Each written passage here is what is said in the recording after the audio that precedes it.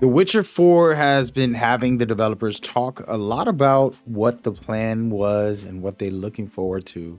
One of the biggest news and the most exciting that I heard was that they learned a lot from Cyberpunk as they wanted to give the players more freedom, give them more opportunities when it comes to the way they want to play and builds and things like that. And so the developers kind of detailed that. And today we're going to dive into a behind the scenes look for the cinematic trailer that you're watching here. We're going to actually pay attention to what they said. But before I do, I just wanted to share that this channel is definitely going to be covering Witcher 4, but also we're going heavy into Assassin's Creed Shadows. I have a giveaway that I'm definitely doing on the channel. Just make sure you leave what platform you want the game on, and why you want to play Assassin's Creed Shadows. But okay, back to the game. One thing that I love about Witcher 3, for example, is there's heavy duty lore, but there's also just some fun overall gameplay. And I believe that this time around, the devs realized, hey, those are old mechanics 10 plus years ago. We have to evolve it. And what I'm guessing from everything I've heard from the developers is that Ciri is going to be one of the biggest RPG elements. Like, you're really going to be able to make a build that fits anything you want to do within the game. So Ciri is going to have the opportunity to be a clean slate and unlock powers and abilities that fit the players. And when you think of Cyberpunk, you look at all the different play styles that you could create within that and say, okay, well, imagine that on a third person open world game rather than a first person like Cyberpunk was.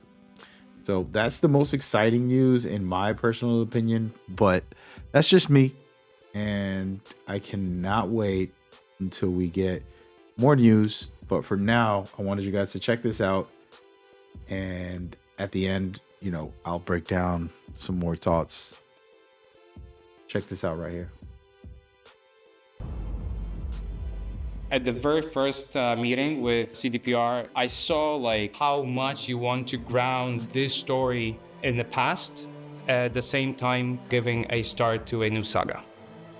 We were thinking in this story that Mione and Ciri are a little bit mirrors of each other. The traditions of Stromford essentially mean that Mione has to be sacrificed. That's her destiny, and she accepted that destiny. Ciri is known as someone who does not accept destiny. She fights back at it. Ciri was exactly feeling what Mione could feel. Even just looking at her, hearing, her voice trembling when she goes, I shall be, the bringer of salvation. And you can hear that there is a duty in that. There is something you grew up with. There's something you should do, but like deep inside, you know that this is bad. So they have a very brief interaction in the woods when she says like, save yourself, right? That this is something that your older sister would say, your friend, you're someone close to you. Just from this brief interaction, she can exactly know what she is feeling. And she's like, your life is more important than those stupid superstition that your village grew up with. One of the really important things was for the viewers to feel as Ciri would feel, so you could see how the story unfolds together with her and get the same emotional flow as she would get as she was trying to fix the issue of the village. The way she kills the monster, the way she reacts to the people killing Mione, it's different than what Geralt would do. She lives through these emotions, she's connected with herself. So all we wanted, to go to the woods, to go to the god. We always try to walk around Slavic style and be coherent with Sapkowski's book. I believe the style for characters, faces, hairstyles, you can find this kind of faces somewhere in the villages there and there. That's why it's very important to see the range of possibilities in the whole Central Europe. Just the ambiguity of the whole story itself, I think it also plays very much to the way Sapkowski was crafting his Witcher stories. And it's also very in our Eastern European mentality that like those shades of gray everywhere and not clear choices and the famous lesser evil. Nay, ye It was a huge project. From the beginning, from the story that we created with our director and with CDPR team, and then the huge mock-up session. It lasted for like 14 days. A lot of people were engaged, and I'm pretty sure that it wouldn't be this amazing if we hadn't had such an amazing crew.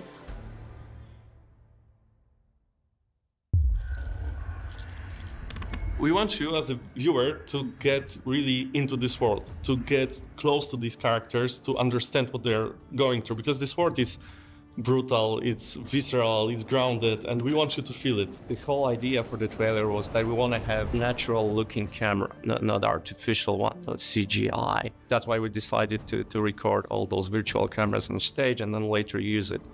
In a trailer, for example, when you see Ciri, when she enters the fog, you can see that she's confused, that she doesn't know where to look, that the camera is more aggressive with motion, and we wanted to express more of this confusion. We wanted to have this glimpse of truth in it.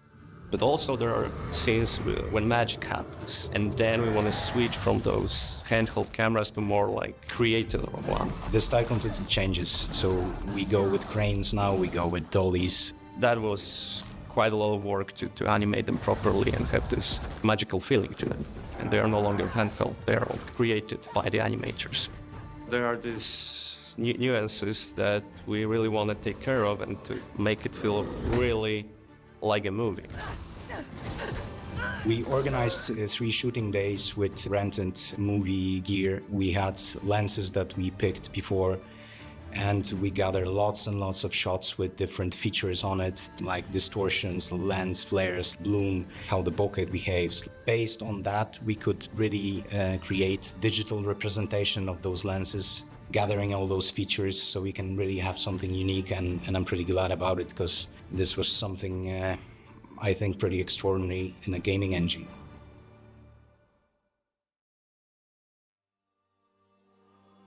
My favorite part is the beginning, essentially. It's where we parallel the traditional preparations that Mioni goes through, and then the Witcher preparations that Ciri goes through. For the Mioni, we get a more pleasure to eye color palette and a bit warmer. But for the Ciri, we set up our environment darker and more moody. We wanted to create a bit more mysterious mood, which allows us to create more dense atmosphere and bring to the table a bit different story, because at the end, both of characters having a unique story behind preparation. Ciri is watching Jivan saying goodbye to Mioni, saying about destiny, saying that she was kind of born almost, meant to make it, right, kind of save them. It was really important for us to actually write this monologue in a way that Geralt could have said that about Ciri as well. Dearest daughter, I've watched ye grow from a devilishly curious child into a remarkable young lass with much grace, wisdom, and kindness. That makes me emotional because this is also something that she was fighting her entire life. Almost all the time, someone wanted something from her.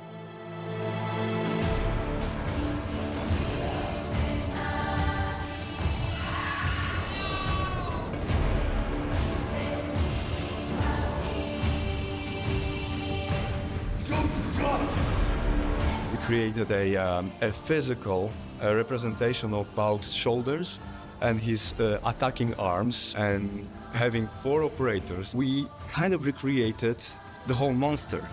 On the screen, we saw in real time a moving bow. We created Witcher-style sequence, just practiced it a couple times. We practiced how to move the bow, how to synchronize, and it worked beautifully.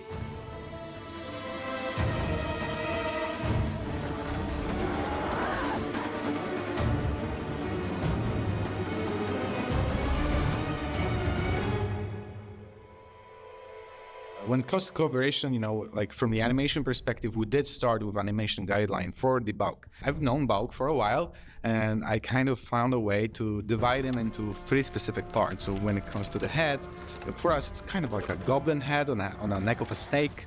The front arms are as similar to jaguar as possible, while the pincers are literally scorpion claws, and the tail and the back legs are literally dinosaur. And because of that, we're able to actually create this kind of animation Bible for the bulk. And then it kind of allowed us to really quickly build this common language to make sure that what we animate at CD Projekt is actually as close as possible to what you see in the trailer. Journey with Unreal Engine was wonderful. We were able to have much more tries and instant preview and much more iterations to get to the proper final result.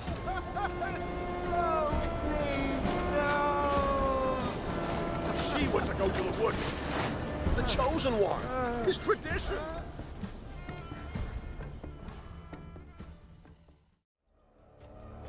Well, the first thing that puts a smile on my face is the runtime, of course. I'm really glad we could pull up 6 minutes so that even if you don't know anything about The Witcher, you can just play it, watch it, and it's a short story that's understandable from the start to finish. I love the slow burn, which is something very unique for a game trailer, I would say.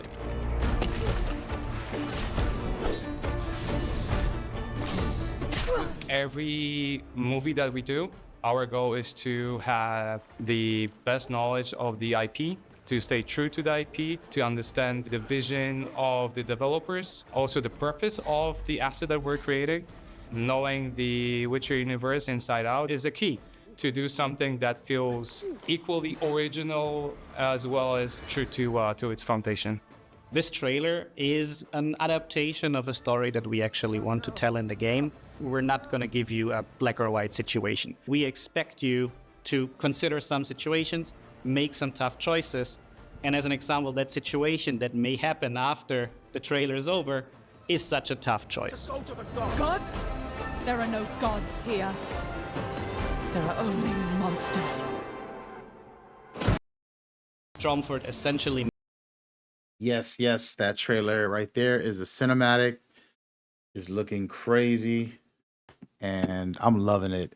Just to kind of talk about something that I was trying to explain to you guys in the interviews since the release of this cinematic trailer, the original release, we basically had a bunch of interviews, videos, and written ones that I've read through, and developers were kind of just discussing the reasons why they chose Ciri. She's a blank slate. They can basically go anywhere with her. She can have any powers. Like, it can get interesting on who she becomes and the way they want to give the players that freedom gameplay wise, as well as the story. They don't want to try to get stuck in one quick setup. And so they're able to go anywhere and storytell and be creative and have fun being developers.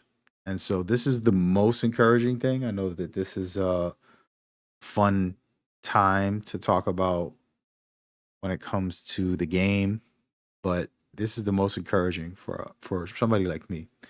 I do think that they're evolving. We're watching the cinematics, and it's basically a next level production compared to the original, where it was great, but it wasn't as good as this.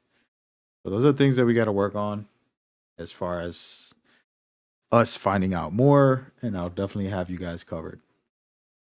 Again, I have the giveaway for Assassin's Creed Shadows. Just leave a comment with the platform that you want it on and why would you want to play it. And then we'll discuss more as we go forward. Appreciate you guys. Hope you guys enjoyed this quick breakdown. See you on the next one.